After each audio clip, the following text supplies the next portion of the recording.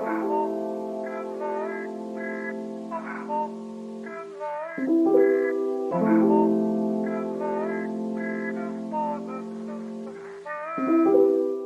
what's good with y'all today, man? It's Powerhouse TGF hitting you with a review of chapter 219 of Tokyo Revengers. The title of this chapter is A Sense of Foreboding. I think it's actually kind of fitting that they are at an amusement park in this chapter, because reading Tokyo Revengers is like going on a literal roller coaster. I shit you not, man. You never know what to expect going from chapter to chapter with this manga. I love it so much, and it's just so down to earth. But damn, so okay, Takemichi's on this date, right? It starts off as like a slice of life chapter, you know what I'm saying? It's good visuals. Senju's really enjoying herself. She's having a good time, and it seems like she's being carefree. Takemichi even mentions how excited she is over this. You know, she's on the merry-go-round, and he's questioning himself, asking, is this even the same person that's gonna start the war between the three deities? As he's saying that, it cuts to a scene where they're on the roller coaster together, and she mentions it while they're on the roller coaster.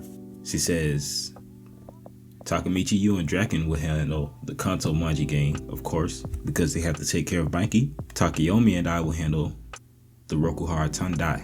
But she said she can do it all by herself. I don't know about all that. But she then mentions that she wants to be the number one gang in Tokyo, right?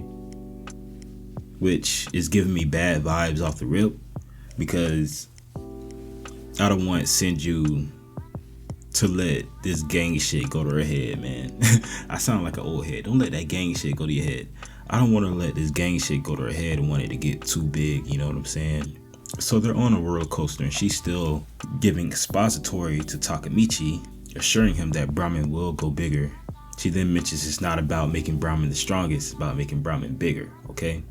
Then Takemichi goes to say, it's a funny little panel right here. He was like, I don't think we should be talking about this right here. I thought that was pretty funny.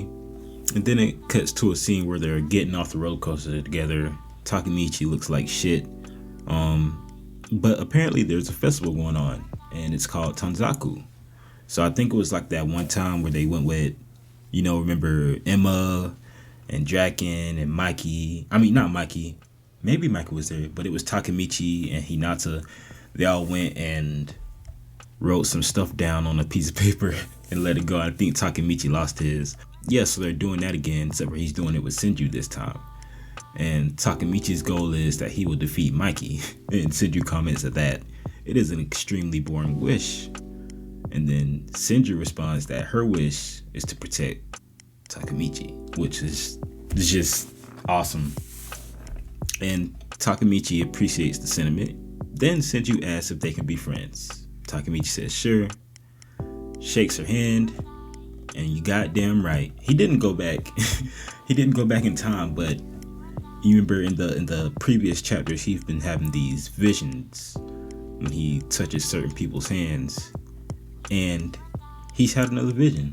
He says, there it is. I'm seeing visions of Senju injured again, and Senju's on the ground. You know, looks like she's pretty injured, and she says, I fulfilled my promise. Takemichi comments that the vision was much clearer than last time, and then Senju asks Takemichi basically what's wrong. You can see the look of confusement on his face as he's really trying to digest, you know, exactly what's happening to him every time he touches somebody's hands. But then it cuts to a scene where Draken and Inupi pulls up on him. He says, Draken, I got bad news. Those guys from Rokuhara Tandai are heading to Takemichi as we speak. So we got a development going on there. It's raining at the music park as well. Senju's trying to grab some cover.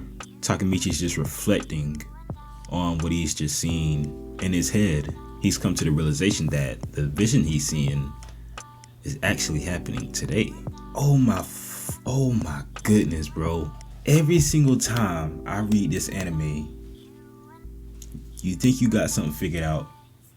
I mean, this was even referenced last chapter. He's seen it before, but now he's seeing it even clearer now.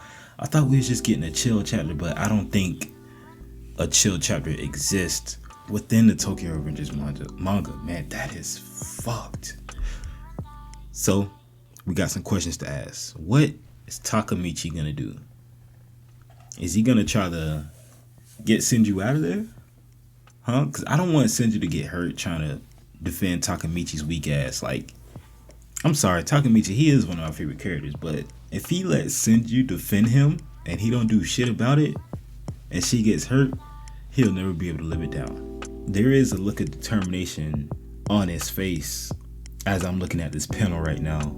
Maybe this will turn Take-Mitchy into a beast. I'm still holding out hope for Take-Mitchy's future. Maybe he tries to get her out of there. Maybe she agrees to go, but as they're leaving, Tandai, they might pull up on him. Take-Mitchy might have to. Maybe they do get into it. They're fighting him off, and then when you think it's gonna go bad, Jack and Inupi will pull up and help him out.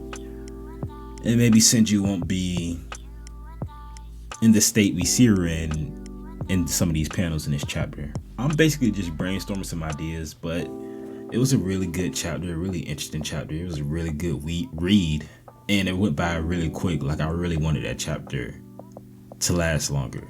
Like, I wanted it to keep going. But this look on Take-Mitchy's face at the end of this chapter says it all. What are you gonna do, Take-Mitchy? We're waiting to see.